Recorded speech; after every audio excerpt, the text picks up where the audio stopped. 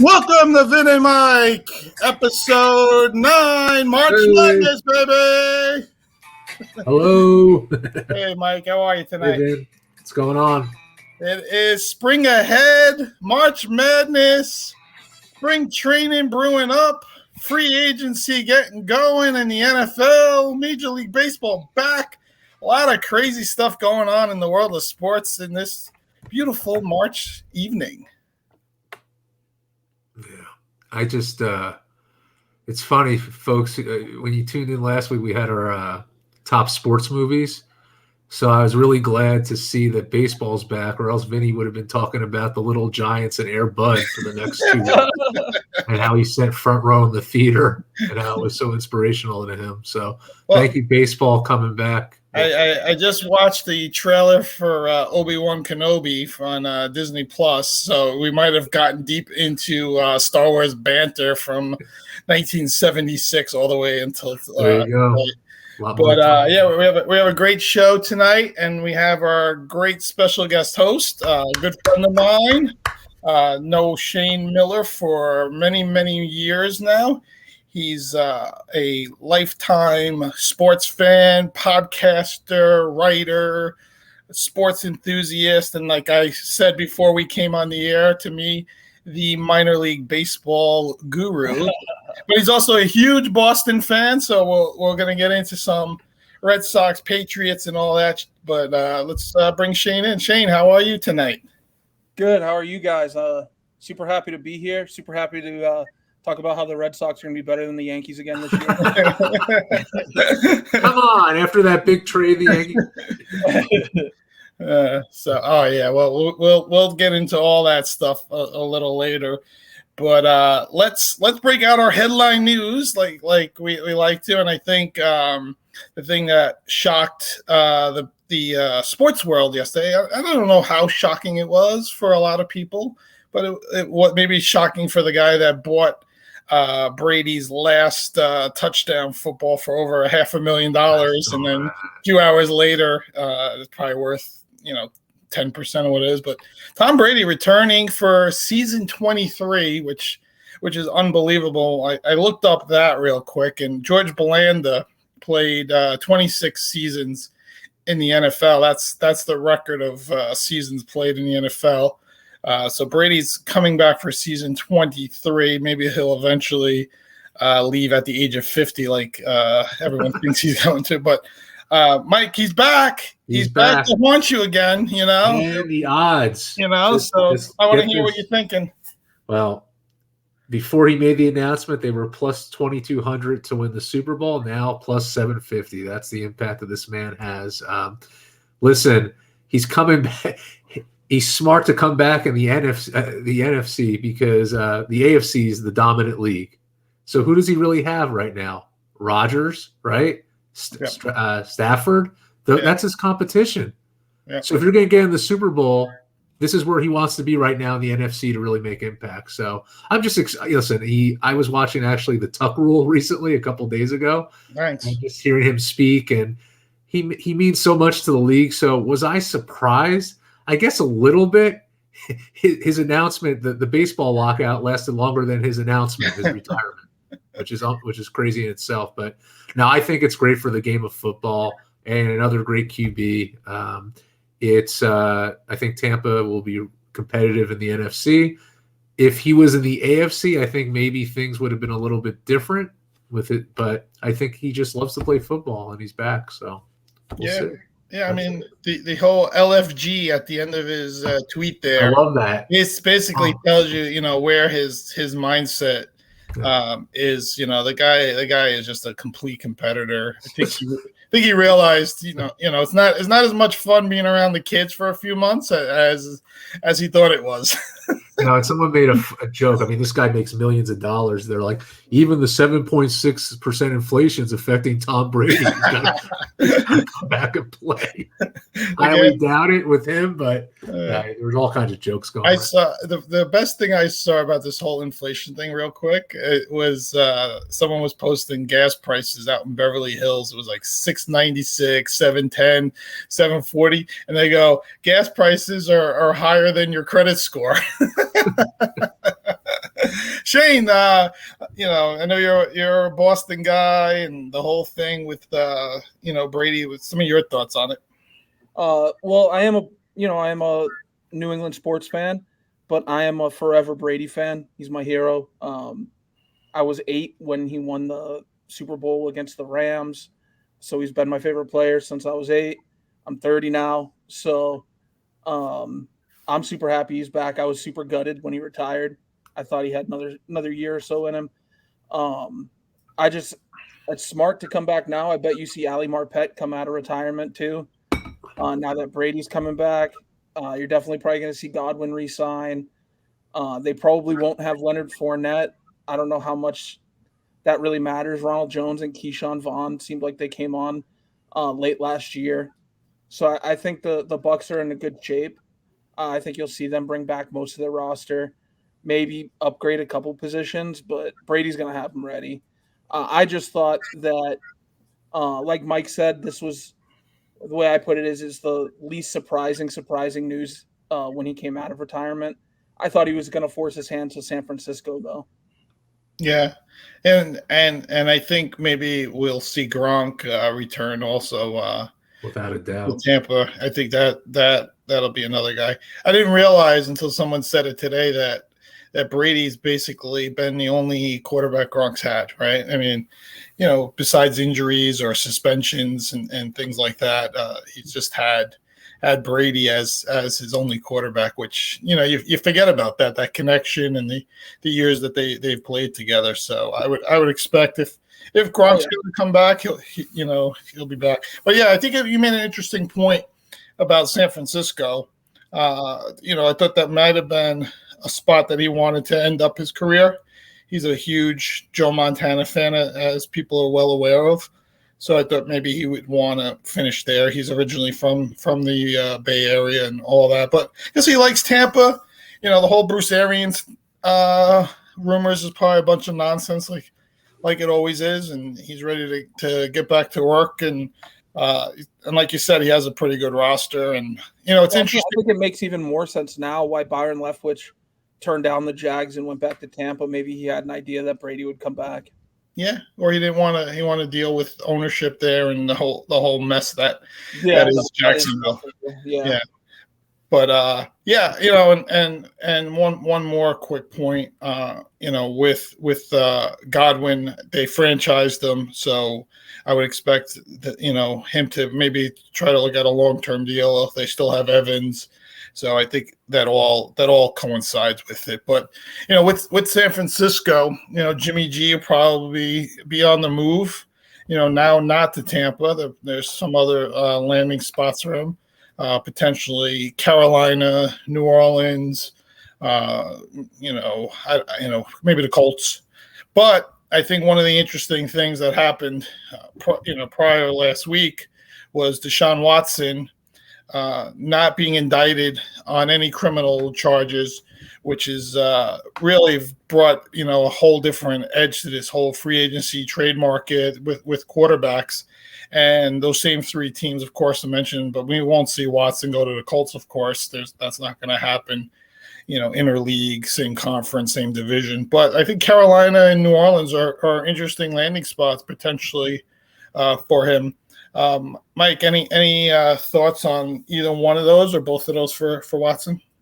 I think they're both good options. Both teams are in need. I was actually talking to Vinny right before the podcast. I was thinking maybe Seattle, but they want to rebuild, so I thought that could have been a good idea. Both teams are – if I had to pick one, I'd probably pick the Panthers. I think they need it more desperately. What do you guys think? Yeah, I mean – If I'm Watson, I would want to go to the Saints. The Saints have a really, really good defense. Mm-hmm. I thought they were very close to making the playoffs with no quarterback, with Michael Thomas out again all last year. So really no receiving core. They have Kamara. Michael Thomas will be back. I think that's a good spot for him. Yes, you lose Sean Payton, but at the same time, you've kept the entire staff intact with hiring Dennis Allen. So I think that's a good spot. But, Carolina. They're not committed to Sam Darnold by any means, Carolina. Not only that, I think Carolina has that offense built for a DeShaun Watson. Matt Rule has that kind of that offense for a Watson kind of quarterback. That he likes to have his quarterback move, free up some space. I think that if McCaffrey comes back and can finally stay healthy, I think there's a lot of options offensively for Watson. So I think he'll succeed in either spot. But if it was me, I would want to go to the Saints because I think they're just a little closer to making some noise in the NFC. Shane, some of your thoughts? So let me I'll start off with I really like that the Texans are allowing DeShaun Watson to sit down with the coaching staffs for potential teams that are looking to trade for him. It'll kind of stop teams from wasting their time trying to trade for him and him just decline the trade because he's got a no-trade clause in his contract. But let me say why the Panthers are probably the best fit for him and why I think if DeShaun Watson went to Carolina, I think they become instant playoff contenders, maybe even close to Super Bowl contenders. They've got DJ Moore. They've got the tight end Tremble from Notre Dame that I really like. They've got Robbie Anderson. They've got Terrace Marshall. And then Christian McCaffrey. If McCaffrey can stay healthy, I think that offense is super explosive. Even with just DJ Moore and Christian McCaffrey, that offense is insane. And then you flip over to their defense where they've got a full year of Stephen Gilmore, a healthy J.C. Horn, Dante Jackson, Jeremy Chin, Brian Burns. That team's just loaded. I think with a good quarterback, not named Sam Darnold, that team is potentially I won't go out on a limb and say Super Bowl contenders, but I will say heavy playoff contenders. And DeShaun Watson is a good leader, whether you like him on the field or off the field. The kid can play. And I think Pittsburgh made a mistake not going for him and signing Mitchell Trubisky. I thought Pittsburgh was the best fit for him in that Mike Tomlin offense. But I love Matt Rule, and I think he's a good coach. So I think that fit is probably the best because Sean Payton's not New Orleans. I think New Orleans is an okay fit, but I think Carolina is like the supreme fit for him. Yeah. Yeah, that ultimately makes sense when you talk about the weapons around them. I think one of the things I'm interested in seeing is if Watson does still get suspended at all with the civil cases. So you take Roethlisberger's suspension back in I think it was 2010 with the rape allegations, and the criminal charges were dismissed. But Goodell still suspended him for 6 games for the conduct rule of the NFL. So if there's any kind of civil settlements, anything like that, will Goodell come forward and set precedent with the same kind of suspension? Will he go with 4 games? What the ultimate outcome will be interesting. But I think ultimately there'll be some kind of suspension. The NFL is really big on that code of conduct. Anytime there's any kind of civil suit, criminal suit, they do take some kind of action. So I think that's something teams will have to consider. I don't think it'll be 8 games. I don't think it'll be half a season, but I think it could be as much as 4. I'm guessing teams are hoping more like 2, and they can deal with it at that point. But that'll be part of the situation. But I think you're right, Shane, that the Texans are letting him talk to teams because I think he has a no trade clause. As part of his thing. So I think he's got to be comfortable for where he's going. And I think once he comes back to Houston and says, I want to go here, then they'll work the deal. Yeah. And then one more point about Carolina. Their number 1 receiver, DJ Moore, is on a streak right now of 3 years of 1,100 yards receiving. And that's with 3 different quarterbacks. That's with Cam, Teddy Bridgewater, and Sam Darnold mixed in with whoever else played last year when Sam Darnold went down. I think Cam came back. So he is a supremely talented wide receiver. Maybe you see shades. I won't say he's as good as DeAndre Hopkins, but maybe you see, if Watson goes there, you see shades of Watson, DeAndre Hopkins again. Yeah, and again, that'll be a big thing for him is who he's going to throw the ball to. I think that's ultimately it. So, but let's we are here in March. We did have the brackets announced yesterday. A lot of fun, exciting matchups, like always, coming into this year's March Madness. I know people in the state of New Jersey were very happy to see Rutgers get their little playing game. I know they were happy. Seton Hall is back in the tournament in their usual 8-seat spot. It seems like that's like their usual spot every year. But ultimately, this is again a tournament where I think Duke will be highly watched with Coach K in his last NCAA tournament. Every game potentially his last game. Of course, Gonzaga, will be the team that everyone is really looking at. Will they finally get over the hump? Mike, let me hear some of your thoughts about March Madness and some of the teams this year. You know what? I read a crazy stat today that the last time all 1 seeds made it to the Final Four was 2008. It's been a long drought.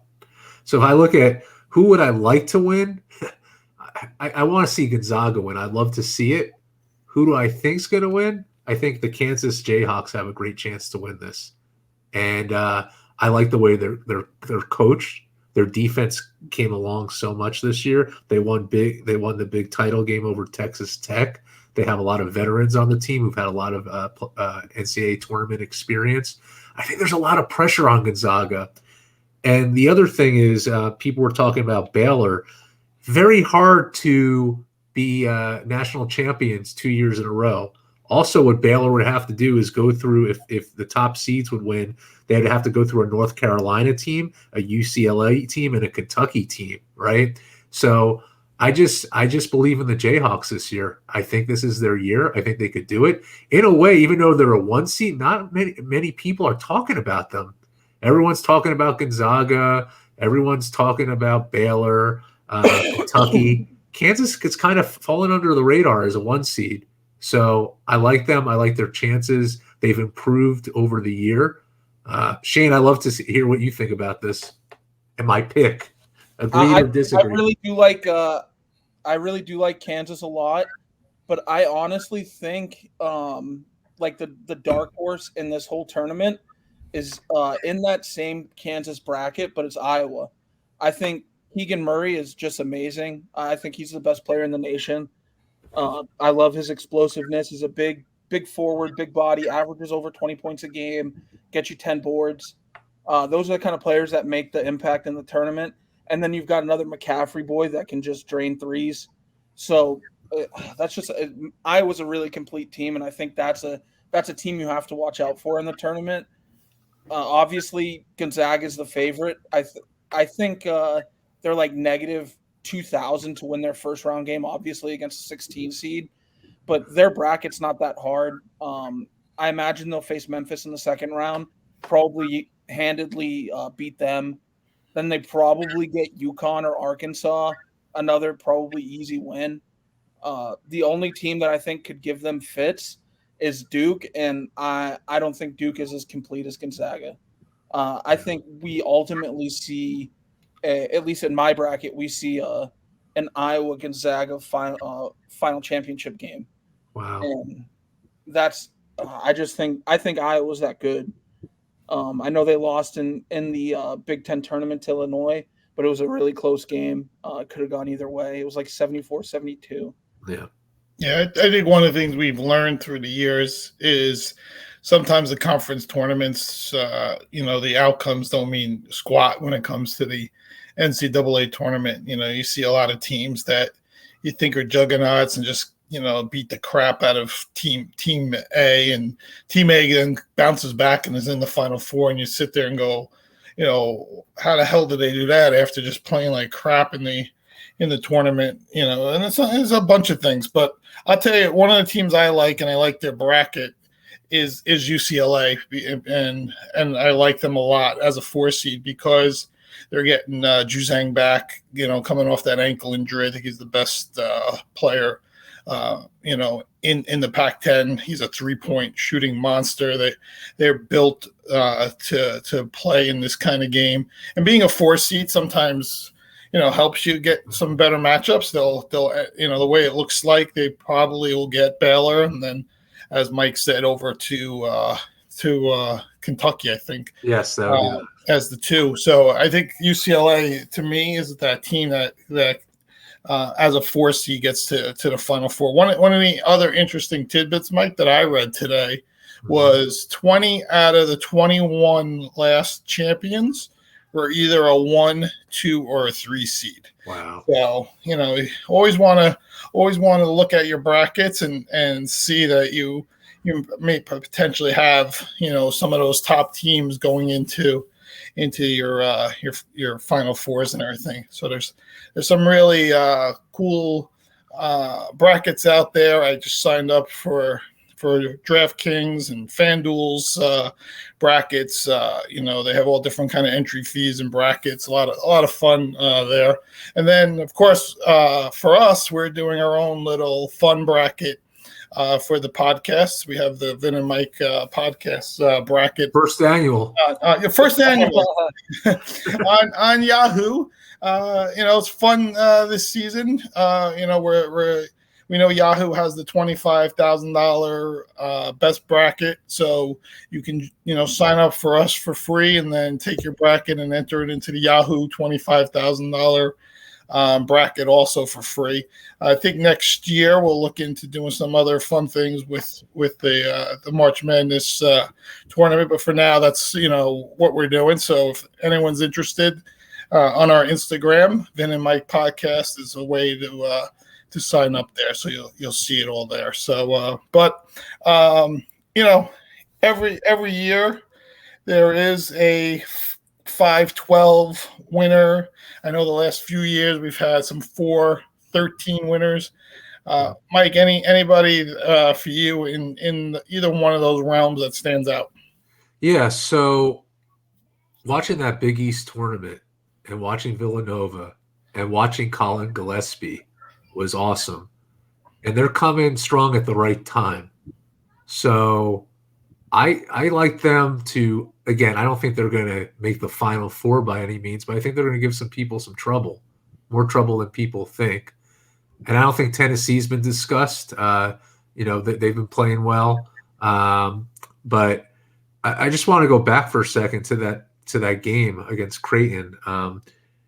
Villanova, I mean, it was a defensive – well, people were saying it was a defensive battle. If you watch the game, it was just bad shots. And what was interesting to me, by the way, on a total side note, Vinny, Shane, I love Gus Johnson as an announcer, as a college basketball announcer. He is so enthusiastic. Gus, if you're listening, yes, Gus, great job. Keep up the enthusiasm. Gus must be in Belgium. He must be in Belgium listening to us. No, but was something interesting that was said about that game is that, they had a 7'1" center at Creighton, and they weren't utilizing him throughout the game. And they kept saying, you know what, not everyone could be a Steph Curry and keep shooting threes. And that's what they were doing. They were taking bad shots. When they started to get into the post, that's when the game got better, and they were taking more high-quality shots, and Villanova got into a groove. As a matter of fact, Colin Gillespie had 0 points first half, then he had 17 second half. But it's just about the game of basketball, how it's evolved, that now a lot of these teams are constantly taking the three-point bomb instead of just, using the point perimeter. We're seeing a lot of that. But I like how they made a note of that. So to answer your question, long-winded, yeah, Villanova, Big East champs, and I like the way they've been playing. And I think, again, they could give some teams some trouble. So that's my pick for kind of a sleeper team. How about you guys? Do you want to take it, Vin, or you want me to? Go ahead, Shane. So my sleeper team comes from the Gonzaga region, and that is number 13 seed Vermont, who finished 28-5. They've got a really big forward named Ryan Davis. He's a senior this year. Every time Vermont's had a good team, Ryan Davis has been good the past 4 years. Averages 17 points a game, 6 rebounds, shoots 42% from three-point range. This team is just really well-rounded. All their starters put up close to 8 points a game. Ryan obviously averaging the most. They play very good defense. This team is really, really good. And if Arkansas isn't prepared, I think they could definitely upset them. And then another team coming off beating Duke in the ACC championship game is Virginia Tech. I think Tech has some real good shooters. They play solid defense. They might play a little more boring. Vermont and Virginia Tech are very similar, where they don't play super flashy, dunk in your face kind of games. So they kind of lull their opponents to sleep. I think if Texas isn't careful, Virginia Tech can upset them in the bottom half of the bracket. 11 facing 6. I don't know how long Tech could make a run, but I think Tech could go maybe win the first 2 rounds. Yale's another one, 14 beating a 3. I think Yale could beat Purdue. Those are kind of my 3 sleeper picks. I even think Vermont could go as far as maybe even the Sweet 16, where they would eventually lose to Gonzaga most likely. But yeah, I think Vermont can take it the farthest out of those 3 teams. So the one team that I read that is ranked in the top 15, one of 4 teams ranked in the top 15 in offense and defense, is a 5 seed Houston. So I like, when you see a team like Houston that has a big history, played in a pretty decent conference, not great, but decent games that they've played.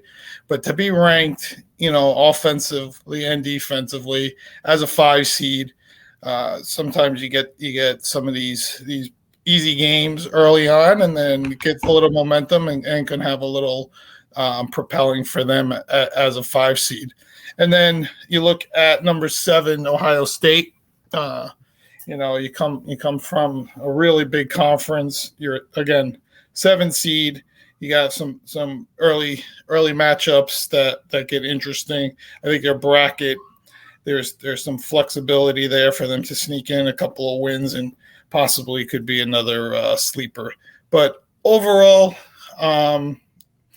my pick for this tournament, and I think they're finally going to get over it and finally get it. I think Gonzaga finally is going to win a national championship this year. I just think they remind me a little bit of those old Duke teams, those old UCLA teams that were just stacked with players and couldn't figure it out. The first time they went to the big dance and then finally figured it out the next year, and that's the way I look at Gonzaga to win it all.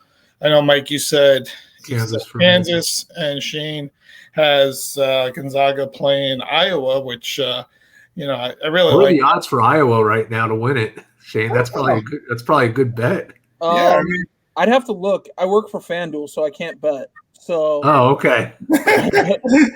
but I'm sure it is a pretty solid bet. I know there are a lot of big guys on Iowa. They think Iowa has a pretty complete team.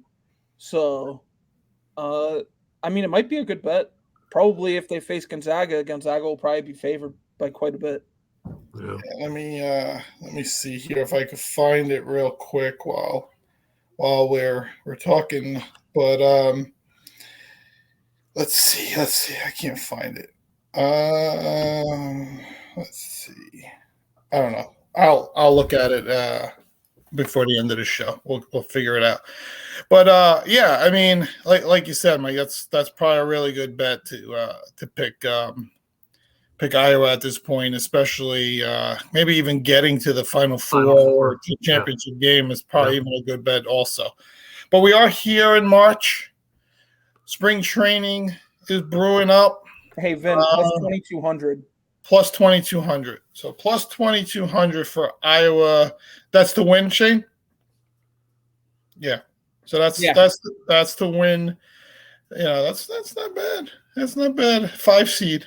Not bad at all. But we are here. Spring training is brewing up. The lockout's over.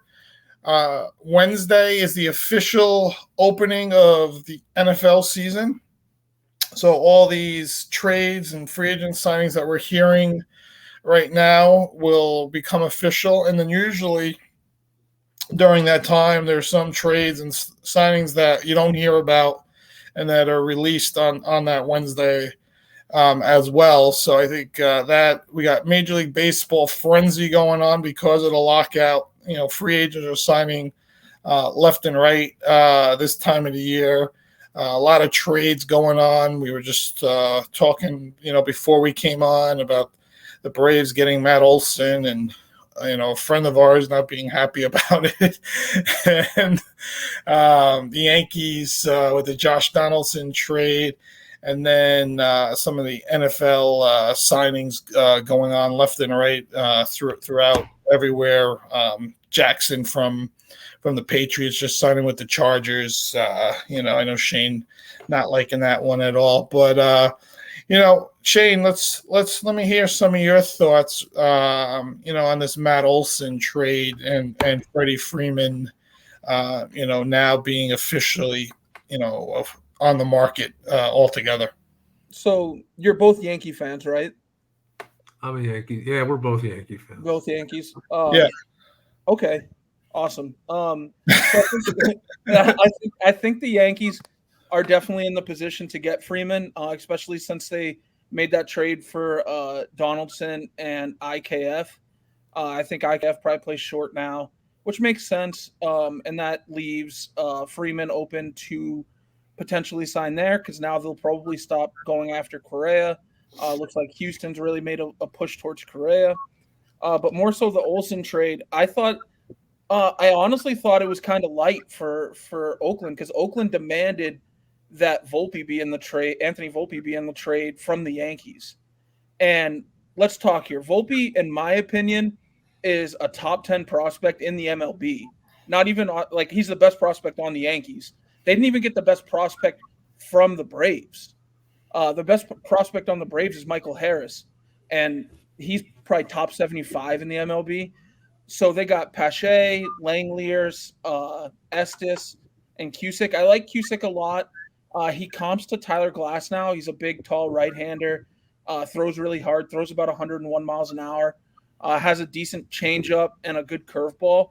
But I really feel like Oakland sold themselves short. If you're asking for a top 10 prospect in the majors and you get Pache, who can't hit, great glove, 5-star glove, probably the best glove in the league, major or minor. But he can't hit. He can't hit a off-speed pitch to save his life.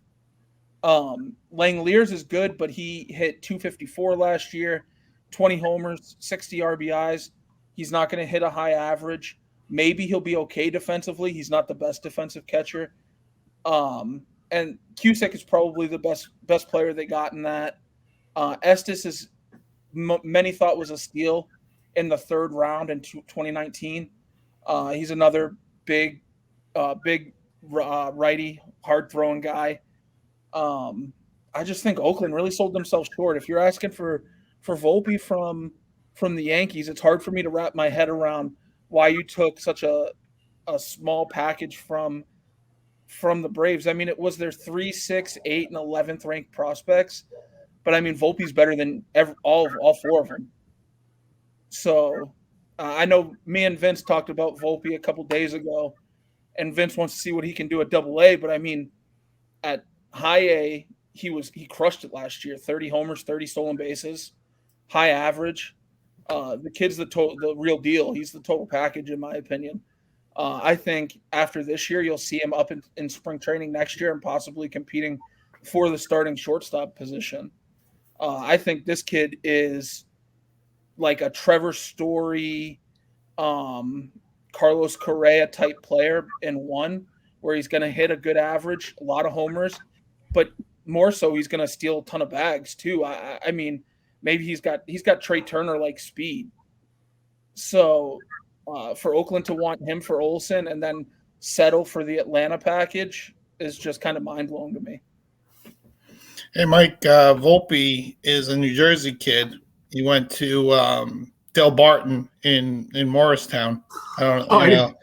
Yeah, and he actually played baseball there with Leiter's son. They were on the same team. Interesting. So yeah, so he's a local guy. So not only is he like the top Yankee prospect because he's a local guy, there's a lot of interest in him. Did you see the video of the 500-foot home run he hit in spring training?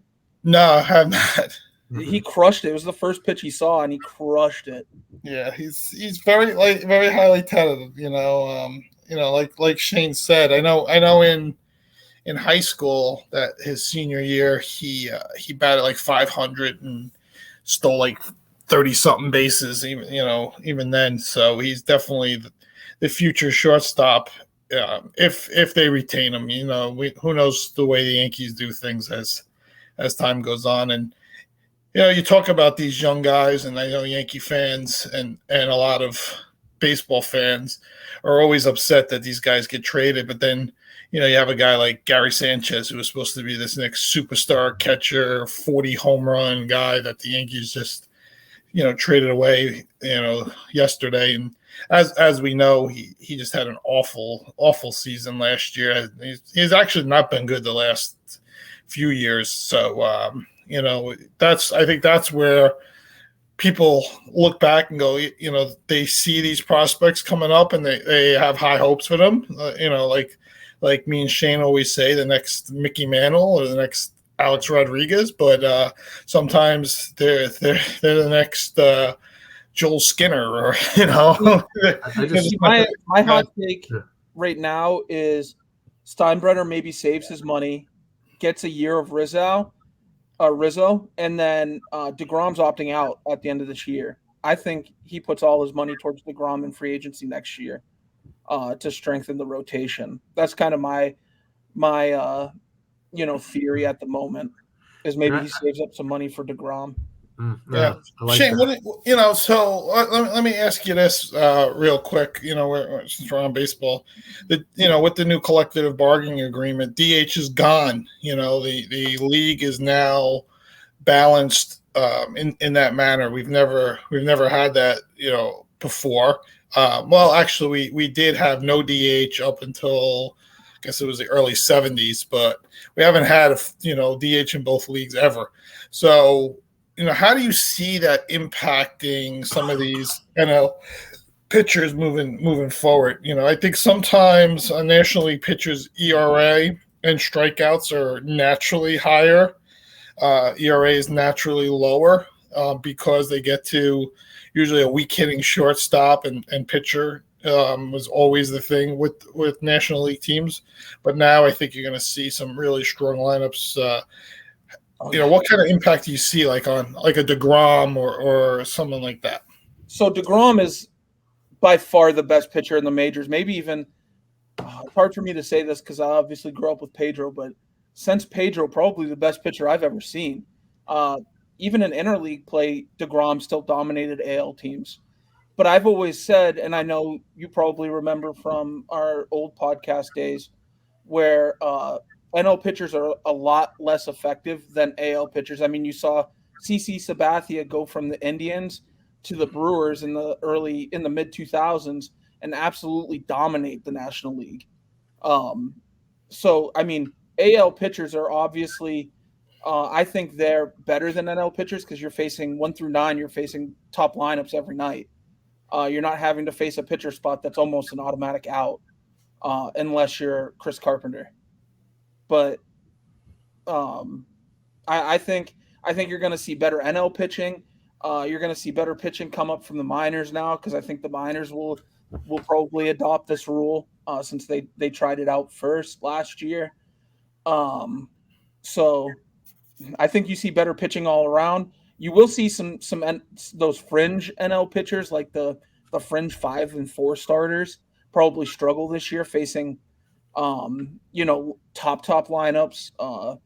The Mariners are going to have a really top lineup because of the Winker trade. Obviously, they're AL, but still, I've heard rumors of San Diego now that the Tatis injury has come out that they've jumped into the Correa stuff, trying to get him for maybe a year for a lot of money to replace Tatis until Tatis comes back, and then you obviously have an even better lineup with Tatis and Correa. So there are some, and then if Freeman goes to the Dodgers, I mean, you've got some really, really tough lineups coming from the NL. And if you're not a really solid pitcher, you're going to struggle against those top teams. Yeah. Vinny?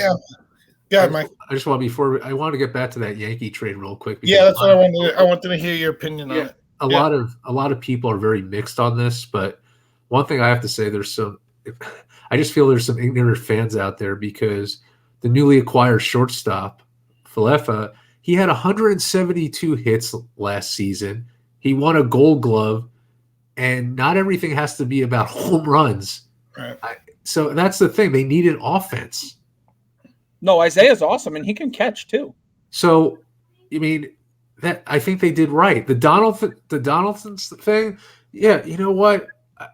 I'm hit or miss on that. He's 36 years old, but age is not. It's not even about the age. It's just okay. That's fine. But you're getting a really strong shortstop. I think it was a good trade for the Yankees. I do. But people who are complaining about it, he's a great shortstop. I just don't understand.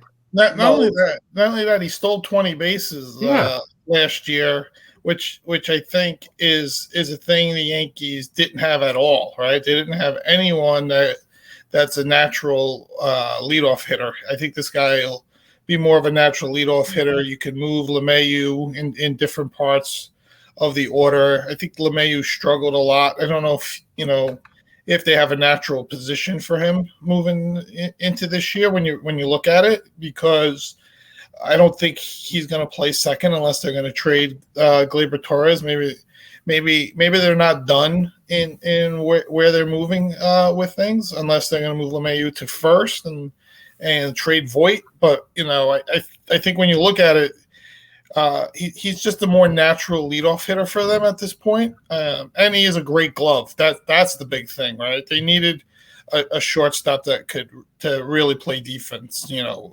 Torres was, even if his hitting comes back around and really catches on fire, which they're hoping he turns back into this 30 home run kind of player, but he's not the glove that you would want at shortstop, and I think that's the move. I think the Donaldson thing was, I think the Twins said you have to take the salary back in order for us to give you this guy, and the Yankees gave up Urshela, who he's been great with the glove.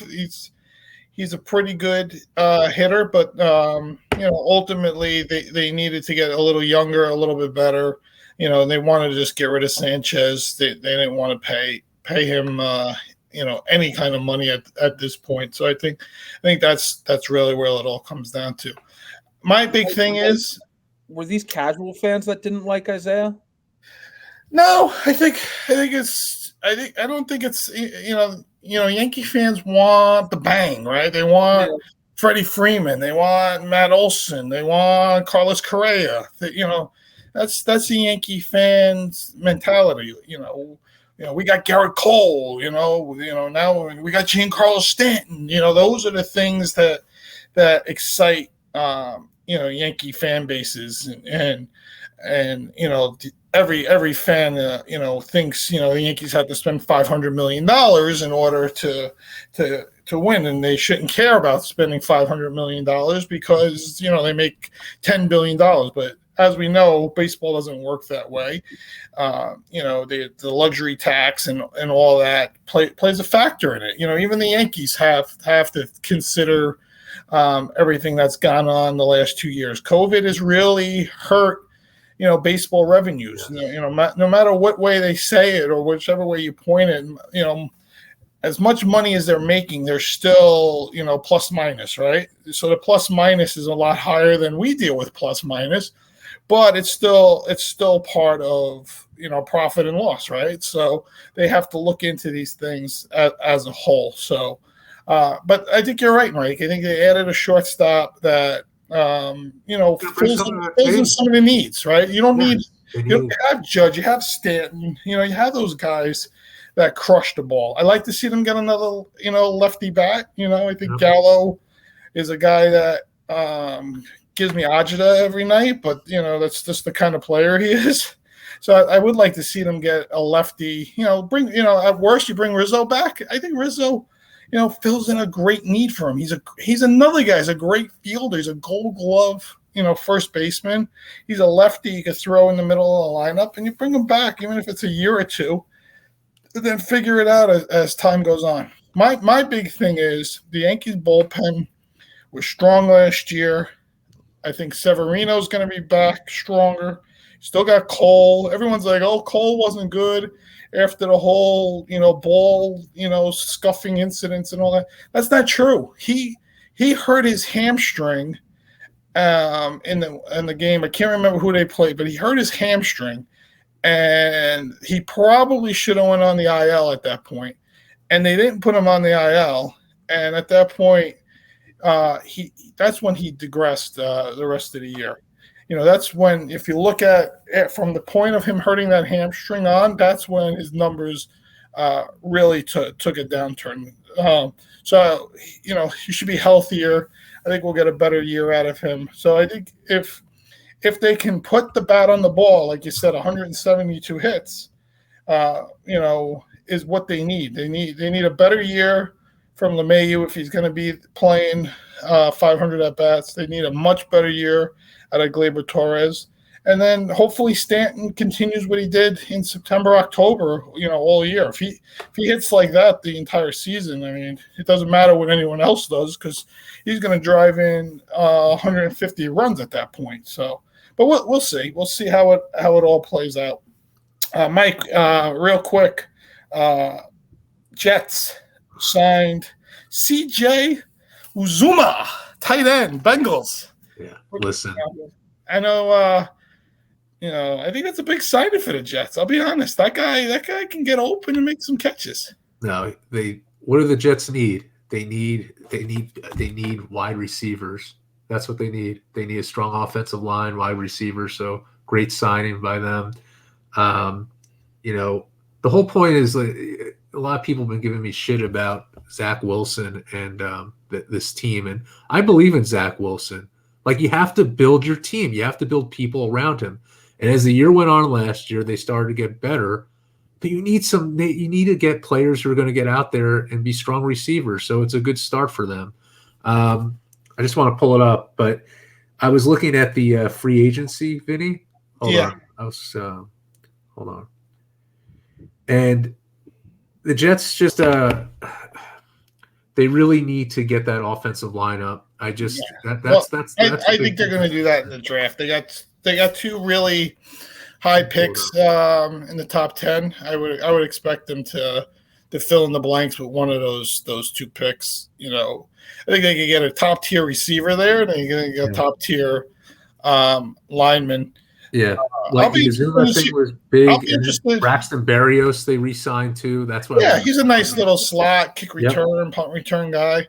But I'll be interested in seeing what the Jaguars do with number 1 overall, because I think if they don't take a top tier tackle there, I think guys slide down, right, and they can slide to the Jets, and you can possibly get yourself a real top tier offensive lineman there. And I think you will anyway, but it'll be interesting to see if Hutchinson goes to Jacksonville at 1 overall, which I think a lot of people are projecting anyway. But Doug Peterson likes to build that offensive lineup and then fill it in. Especially you got your franchise quarterback in Lawrence. And I think we talked about it. I think it's important for the Jets to build this offensive line. That's the biggest key if they're going to be Wilson.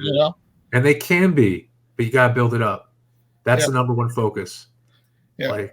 Anyone who says when they got rid of Sam Darnold, fine. Then you draft Zach Wilson. Don't give me this bullshit. Oh, we should get rid of Zach Wilson. Now what are you going to keep No, you can't. Giving away your quarterbacks. You got to invest in your QBs to be successful.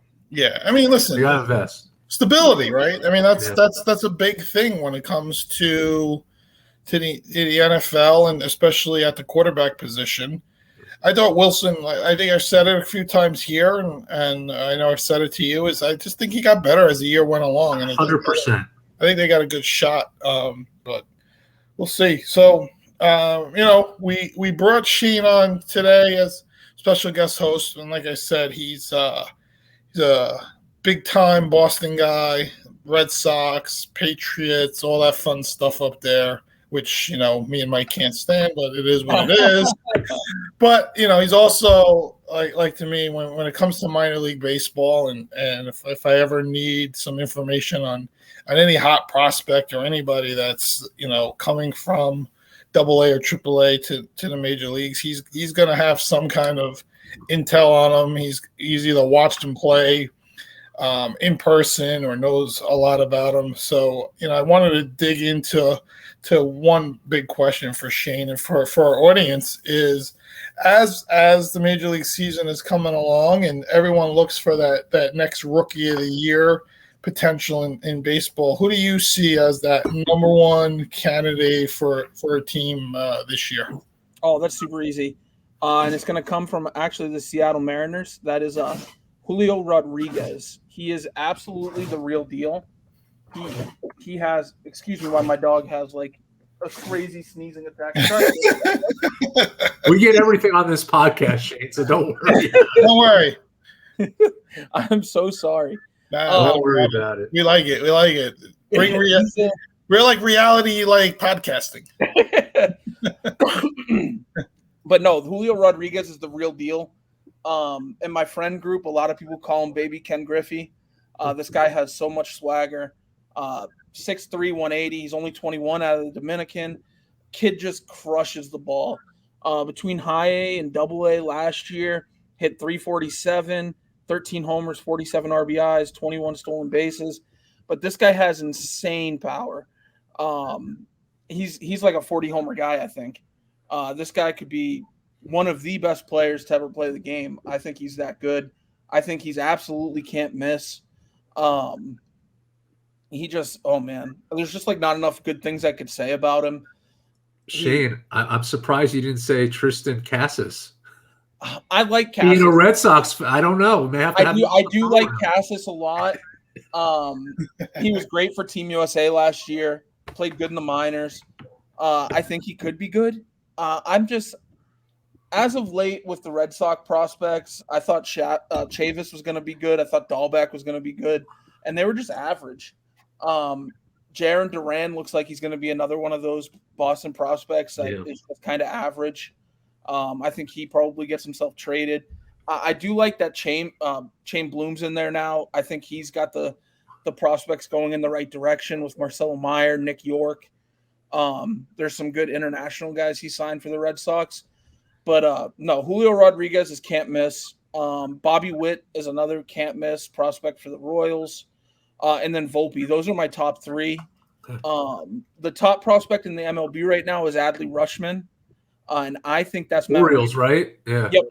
I think that's Matt Wieters 2.0. I think he's going to come to the majors this year, and you're going to see he can't hit a lick. He struggled hitting the off-speed pitches in the minors. He does have good stats, but I just think he's going to be one of those Matt Wieters types where he did good in the minors, but he was a good defensive catcher in the majors. Just wasn't what he was all touted out to be. I think Julio Rodriguez is who you want to put your money on. Maybe even Spencer Torkelson's another one that could be really good for the Tigers. He's moved up and made it to AAA last year. So like there are just so many good young players coming up. I can't say enough good things. Shane Baz could mess around and be the rookie of the year in the AL. Or give Julio Rodriguez a run for his money. Baz was amazing in his time with the Rays last year. And that shows you former Pirates management was very bad because Baz was the player to be named later in the Chris Archer trade that sent Glasnow and Meadows to Tampa. And now he is the number 20th ranked prospect in the MLB and the best pitcher. So, I mean, that shows that the Rays know what they're doing when they're trading. I think there are so many good young guys, but Julio Rodriguez is who you should put your money on. I think that's a crowded outfield right now, but I think you'll see Julio Rodriguez up after the first month of the season if he doesn't break camp with them. I think he could break camp. He's good enough to break camp with them, but because they said Kyle Lewis is healthy and they still want to give Kelenic a try, now that they've gotten Winker, I think it's going to be kind of crowded, so they're going to have to make some room for him. Yeah, I tell you, just the Jesse Winker trade surprised me. I I thought the Reds were going to build their team around him for the future. I was kind of shocked to see him get traded. He was one of the guys that I took late in my fantasy draft last year, and basically was basically my best player all year until he got injured, but he came back from injury and was just as good. So I was kind of surprised to see him go there. So, but yeah, definitely, for me, I'm interested in some of these young rookie arms, and I think you made a lot of sense with Baz there, and what the Rays do with like no money, no real revenue streams or anything, and continuously put great teams on the field. Their front office is just fantastic. The trades they make are unbelievable. They've built a tremendous like team. It's a shame that they just can't retain a bunch of these guys. It's just the way. I mean, look at the Wander Franco deal they got for him was amazing. Yeah, I mean that guy's going to have a shot of being the MVP this year in the AL. Might as well the next big star. But they gotta keep these guys. They sign these guys to really long contracts when they're young. They get them off of arbitration right away, so they can keep them, for as long as they can. And guys are willing to take those contracts. It's guaranteed money. If injury does happen along the way, you're locked in at $15-16 million, which I don't know. It's not too shabby, right? I mean, I know it's not. Yeah. $43 million that Max Scherzer's making, but it's not too shabby at all. I did want to chime in real quick on what Mike said about Cassis. I do think Cassis could be the starting first baseman out of spring training. The Arizona Fall League, he crushed. He held the batting title, hit 388 and 40 RBIs in that small time frame. I'm pretty sure my stats are correct there. But he crushed it in the Arizona Fall League. I think he's going to be really good. I just want to get this in there. The last time I was super hyped about a prospect, like I am about Julio, was Aaron Judge. So I feel like I'm pretty good on my can't miss guys, and I was right about Aaron Judge. I think I'm on the right track with Julio. Yeah. And I hate the Yankees, and I love Judge. Yeah, well, he's the face of the franchise right now, and a lot of people are upset the Yankees aren't spending all that money, but you got to remember, ultimately, the control of Aaron Judge's arbitration comes to an end. He enters free agency, and the Yankees are notorious for letting everybody go to free agency. They've let Derek Jeter go to free agency. They let Bernie Williams go to free agency. So it's not unusual for the Yankees to let a player go to free agency, not meaning they're not going to sign them. They made A-Rod opt out. They basically told A-Rod he was done. And then the next day they gave him another 10-year, deal at, $300 million back in the day. But they're going to have to pay Aaron Judge. I don't know what they're going to pay him. With today's standards, it could be $500 million over a 12-year period, right? I mean, it's going to be stay healthy. He's worth it, man. That guy is incredible. Yeah, I mean, I don't know if anybody's worth $500 million, but that's besides one photo. But that's the market, right? Like everything is judged on market value, and if the you guys will have Juan Soto in 2 years, so. Juan Soto, wow. He's not going to re-sign with the Nationals. I guarantee you he ends up in New York. Well, he's going to end up in a big market because that's, it's the money off the field too, right? I mean, yeah. Ultimately, it's all the things that you can make away from the field that also plays big into these. That's why guys want to go to LA, want to go to New York. Those are huge cities where there's just revenues, at the yin yang for being off the field. There's not that kind of market in a lot of these places, and there's just so much that comes along with especially winning in these cities, right? I mean, you know how big Johnny Damon is in Boston. We know how big big Derek Jeters here in New York. Jeter leaves the Marlins, and the first thing Yankee fans are saying is bring him, back to New York as our president or our CEO. I mean, he had the Marlins going in such a good direction too. I thought that was silly of the Marlins not to just go with his plan. Yeah. Well, who knows? Who knows what the whole situation was there. So we are moving forward with the baseball season. The Red Sox definitely showed a tremendous amount of I'm trying to think of the right word. Shocking to me in the way they played this year, right? I mean, I didn't think they would be that good that quickly. I thought they had a lot of good young players there, and I thought they were going to have some trouble with starting pitching, but they ultimately proved me wrong and proved a lot of people wrong throughout baseball. So now I think now they get the target on their back this year, right? Now they're the team in the tough AL East, as we know, the toughest division in all of baseball. No matter what anyone else says, it's just the way it's built. Shane, what are some of your feelings about your team moving into 2022? I'm excited. I'm hopeful. Last year I expected, because I'm in Florida, I got MLB TV just like I do every year to watch the Red Sox, except I expected the Red Sox to be awful. I expected to watch us lose lots of games and be disappointed, and I was happily surprised. The season began. They were winning. I was like, oh, this is going to stop in June. And they keep winning. And I'm just like, this. It was incredible. That's like all I can put into words. I mean, obviously they fell short of the ultimate goal, but they exceeded expectations. It kind of shows the impact that Cora has on that clubhouse. I think Cora deserves all the money in the world, whether you agree with what he does or what he doesn't do. I think he is probably the best player manager in the league. This year coming in, we need to sign an outfielder. I would have loved to trade for Jesse Winker. If I knew the Reds were making him available, I would have loved to see Chaim go out and trade a couple guys for him. I'd love to see us get Suzuki. I know that's a player that's on a lot of radars right now. The Padres are making a big move for him too. But I think Suzuki would fit that lineup perfectly. Put him in right field or center. I know we got Jackie Bradley before the lockout.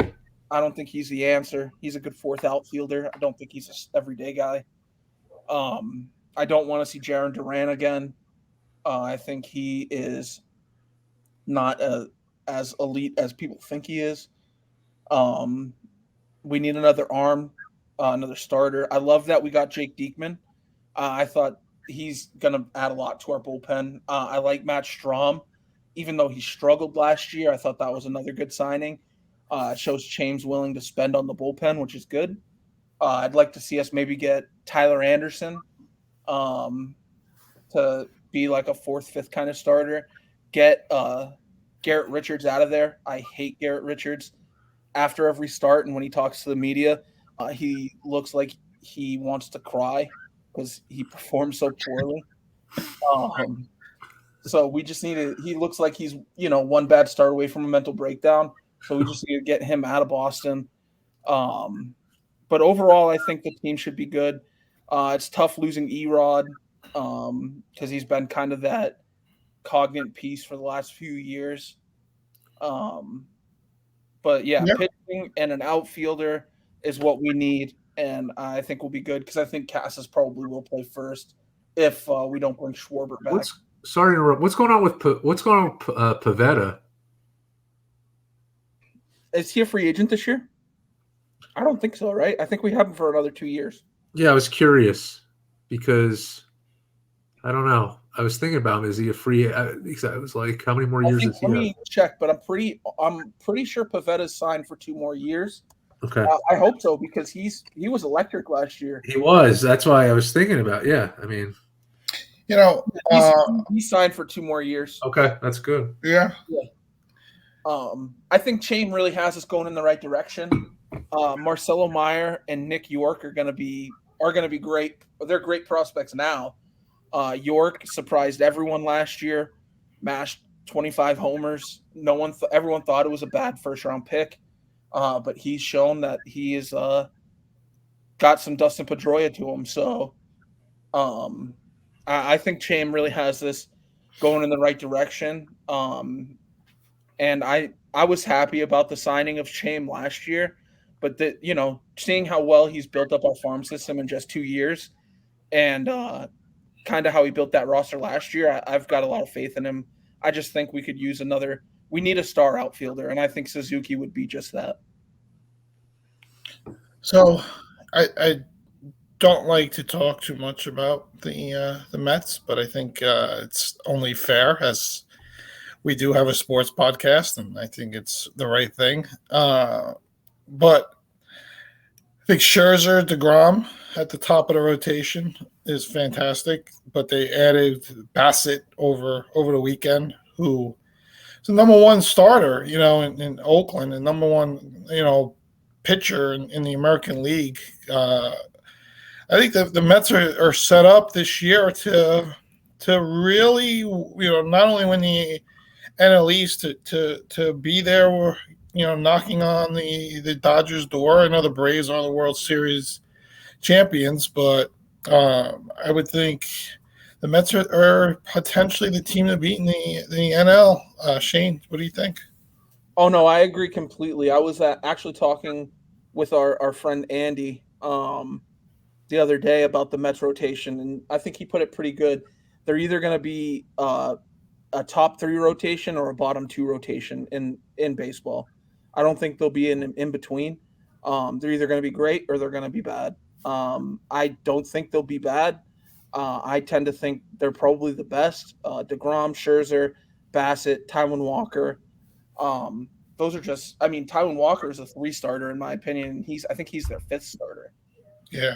So that team's going to be crazy. Yeah. The only way they're going to be a bottom rotation is if everyone is on the IL and sitting out the whole year. Besides that, they're just going to mow a lot of these bad teams down and be the team to look out for. And it's exactly what Met fans have been waiting for. Getting Steve Cohen as an owner. That's what they've hoped for. He will spend to get. Yeah, that's it. He's putting them in the place. So, and they're trying to get one more big bat, aren't they? They're trying to trade Dom Smith or Davis away. And McNeil to get something, right? Yeah, they're trying to trade some of these veteran guys to get something else. We'll see what comes out of it. We're still, like I said, baseball has only been active again since Friday. It's only been a few days, so there's gonna be a lot more moves, I think, this week. What's crazy is no one's talking about Trevor Story. No one literally has said a word about him, so I have no idea where he's going. Well, I know he had a down year last year. I don't know. I don't know if people want to pay him, 8 years, $250 million. I don't know if they want to do that. Do you think he's one of those guys that gets a 1-year prove-it deal?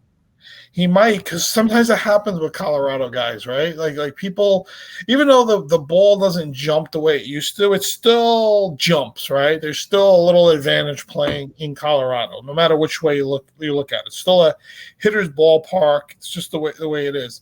So I think that always plays into account for everything. It happened with LeMahieu, right? And, the Yankees gave him, prove it kind of a deal also. I think I think the Yankees were entertaining him, but maybe for a 2-year, $70 million deal or something. I don't think they want to pay him 8-10 years. And I think that's the big thing. Is there a market for him at 5+ years with anyone? Who would want to grab them at those big prices, and then and I don't see it, right? So I think if he's willing to take a 2-year deal, I think there's a much bigger market for him. But I was gonna say, if he takes a 1-year deal, I could see the Padres getting in on it if Tatis does get surgery. Well, Tatis is out, right, for 3 months, right? Yeah, because of the fractured wrist. Yeah. So, I mean, I think if he take a 1-year deal, I think there'll be a lot of teams in on him. A lot of teams will be interested in bringing him in for a year, especially if you think you're a bat away from being a serious contender and everything. I think, baseball teams get a little skeptical now of giving these, past 8-year kind of deals because everything is front loaded, right? You're paying them 8 years for the first 4 years, So, and is that first 4 years going to bring you, a championship? It's similar in football, right? Like the Rams traded away 5 years worth of first round draft picks, to get, eventually a Super Bowl winning team, which they did, right? They traded basically every first round draft pick until I think it's 2027 now, and no one cares, right? You win. No one cares. So I think if a team brought in Story for 8 years and is a team that's going to win, like maybe the Angels has a shot out of them or something like that. But baseball's so much different when it comes to that stuff. And again, it's not an even playing field no matter which way you look at it. When it comes to signing big free agents, there's only 10 to 12 teams that really get really aggressive in big name free agents. And then once you sign one of them, it goes to about 3 or 4 that'll sign a second or a third. And then eventually it becomes a New York, LA, Chicago, Boston thing. That's what ends up happening. So, I think those are the teams that would be, making the move for him. I don't know if any of them are going to make that move. So that's the way it looks at. Yeah, because it looks like Correa is probably going to go back to Houston. So I feel like that's got to heat up the Story market a little. Yeah, and I would have been shocked if the Yankees would have gotten him because, it's hard to bring in a guy that has already stirred up bad things in Yankee universe, right? You're already attacked, Derek Jeter, right? That's, you already put yourself, 2 steps into the grave, right? You already dug 2 feet of your 6 foot, right? Well, I mean, you finally got a Gold Glove. You finally got a Gold Glove shortstop. Jeter's not that great defensively. Right. So you pop up the ball, you go 0 for 8 in back-to-back games. Now you dug that 3rd foot, and then before you know it, you're doing the Jack McDowell flipping to the bird to the fans as you walk off the field, right? I mean, that's what happens, right? New York, as you know, Boston and New York are the 2 toughest places to play baseball. Might as well sports, but baseball, is a tough place to play. I always, everyone always talks about managing the Yankees, managing the Mets. I think managing the Red Sox is tougher than managing either one of those teams because, for so long there was no winning there, and once you win, now the expectation is why can't we do this every year? And now you're getting thrown on sports talk radio in Boston as the manager of the Red Sox all the time. In New York, I think it gets, you can hide a little bit because there's 2 football teams, there's 2 basketball teams, there's 3 hockey teams, there's 2 baseball teams, right? Boston, that's it. It's Red Sox. Patriots. How do you guys feel about Boone? Do you think he's the guy, or do you think the Yankees look to move elsewhere?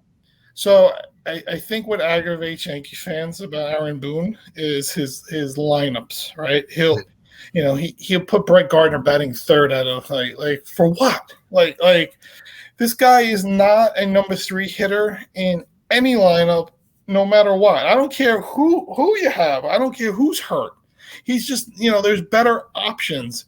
And he gets too analytical, I think, in his approach. And I think that's what bothers Yankee fans. But I think when you look at the bullpen, the starting rotation, how well they pitched last year, I think that's a big thing with managers. Managers don't make guys hit, right? I think hitting coaches are overrated in baseball a little bit.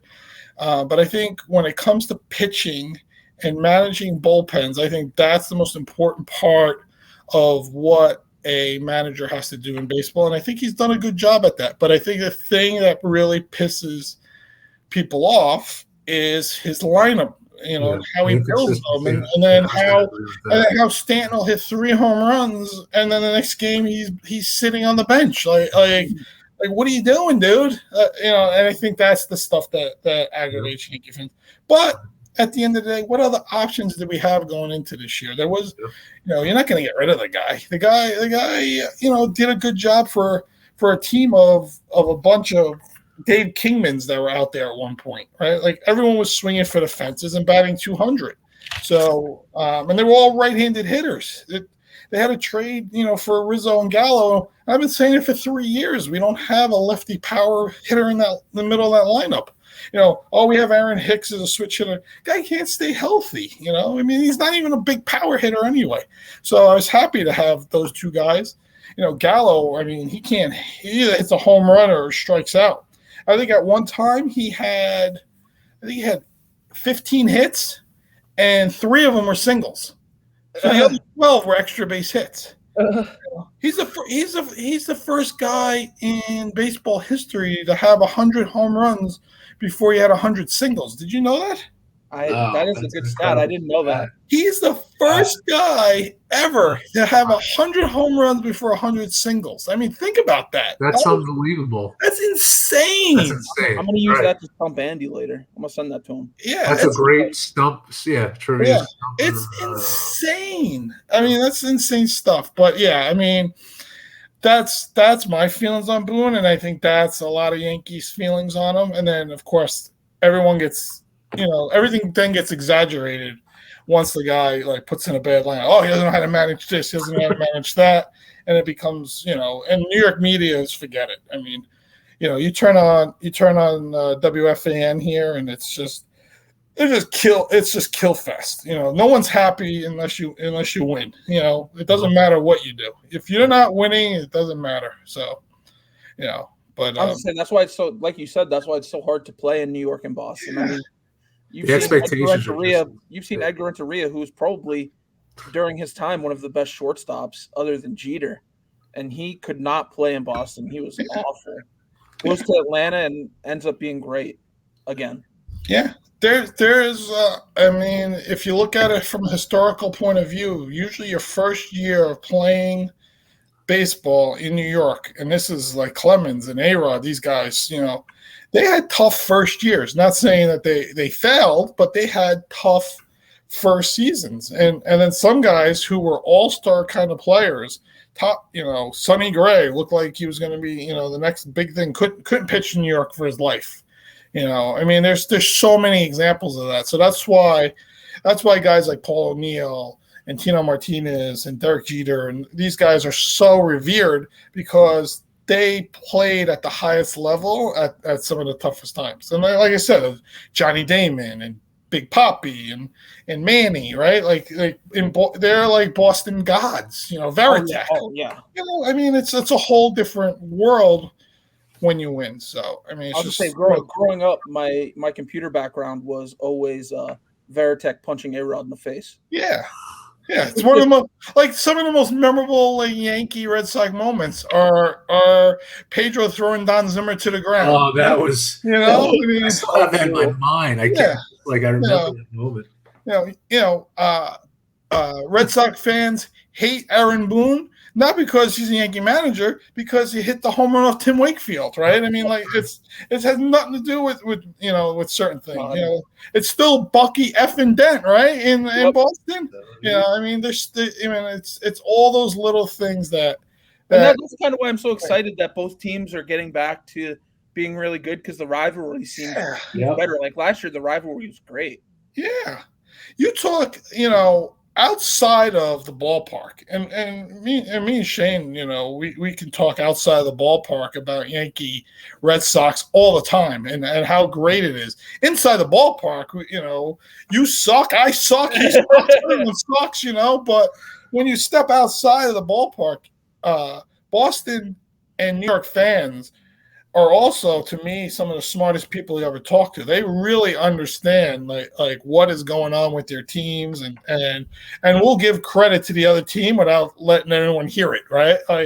Yeah, that was, that Judge is a really good player, but no, we're not going to talk about that. No, right?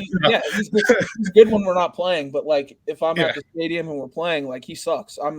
That's just hearing him the whole time. So. All right, and then Mike is just waiting for Zach Wilson to win a Super Bowl. So, I just hope. Listen, so they could put him on a mantle at the American Dream Mall right across the street from MetLife. They're gonna put a statue of him right next to the waterfall. Lifetime, I could say. Imagine he'd be like the perfect golden boy. Oh my God, he might become bigger than Joe Namath. Yeah, he would. He's got the baby face. He's a baby face killer. Well, listen, just winning in my lifetime. That's all I ask for the years of being a fan of this team. As much as I don't like the Jets, I love your head coach. I love him too. He's great. You know why? He has a good defensive mind coming from San Francisco. The problem with Todd Bowles before, he had no personality. So Todd Bowles was a better defensive right? This, I just love him for his enthusiasm. He's patient with the team. He's a good he's coach. Honest too, because like he said, there was an interview I was watching where he was like, look, I'm the head coach and I make sure everything's going around, but I let my offensive guys do the offensive thing because I don't know offense. I'm a defensive guy. Yeah. And I was like, that's the way to do it. You just make sure you have the right offensive guys. He's patient. He's fair. I like him in New York. Let's see what happens. You need some receivers, and I think you'll get a good one in this draft. This draft has like a lot, 25 good receivers. That's what has to happen. Absolutely. All right, guys. I know we're running here. We're ticking down. I want to wrap it up because it's been a great show. Show. We could definitely go on another hour and a half, but Shane will get fired, and then I'll feel really bad. But, I got to work at 9. We don't want that. So I just want to, thank Shane for coming on and giving us some really good baseball talk. And like I said, he's my minor league baseball guru. I'm happy to have him on. I look forward to, again, like I said, all our special guests. I look forward to bringing them on in the future for other shows and do different things. Me and Mike have been talking about bringing in like maybe 3 or 4 people at the same time that have been on, and just have like a round table, like one topic round table kind of thing that we could talk about for. Just bring me on with all your Yankee guys. That's right, Yankee Boston fighting. Oh, that'd be great. That'd be great. We'll be like one of those shows that have on 5 conservative hosts and 1 liberal or vice versa. It's 5 Yankee fans versus Shane. Here we go. Shane can take them. But again, thank you again, Shane. It's been a great show. Thanks everyone for listening. Again, Vin and Mike podcast on Instagram or Yahoo. March Madness bracket is there. Come join. We'll be talking about how we did over the weekend as we get into Sweet 16 for our next show. So for all that, Mike, have a great night and see everyone next week. Have a good one, guys, everybody. thank you so much. Thanks for listening.